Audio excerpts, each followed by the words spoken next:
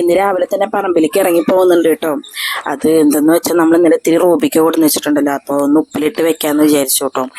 അപ്പോൾ ആ പറമ്പിലേക്ക് ഇറങ്ങിപ്പോയി കുറച്ചധികം കാന്താരിമുളകൊക്കെ പൊട്ടിച്ചെടുക്കുന്നുണ്ട് കേട്ടോ. 2-3 തെയ്യുണ്ട് കാന്താരിമുളകിൻ്റെ, ഉള്ളതൊക്കെ വലുതാട്ടോ. ഒന്നും തന്നെ നമുക്ക് ഇത്രയധികം മുളക് കിട്ടിയിട്ടുണ്ട് കേട്ടോ. വേറെ ഒന്നിലൊക്കെ അത് മുളച്ച് നിൽക്കുന്നേ ഉള്ളൂ, ആയിട്ടില്ല.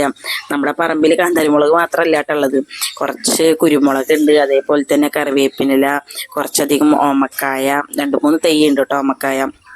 അതിലൊന്നിൽ മാത്രം നിറയുണ്ട്, ബാക്കിയൊക്കെ ആവുന്നേ ഉള്ളൂ. പിന്നെ കുറച്ച് റബ്ബർ, പിന്നെ നമുക്ക് കുറച്ച് തെങ്ങും തോപ്പുണ്ട്, 2-3 പ്ലാവ് ഉണ്ട്, മാവുണ്ട്.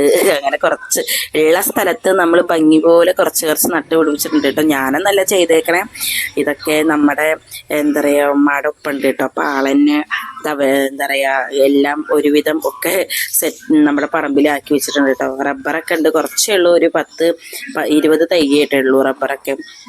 പിന്നെ കാന്താരിമുളക് പൊടിച്ചിട്ട് ഞാൻ അതിന് മുകളിലേക്ക് പോയിട്ടോ. അടുത്ത്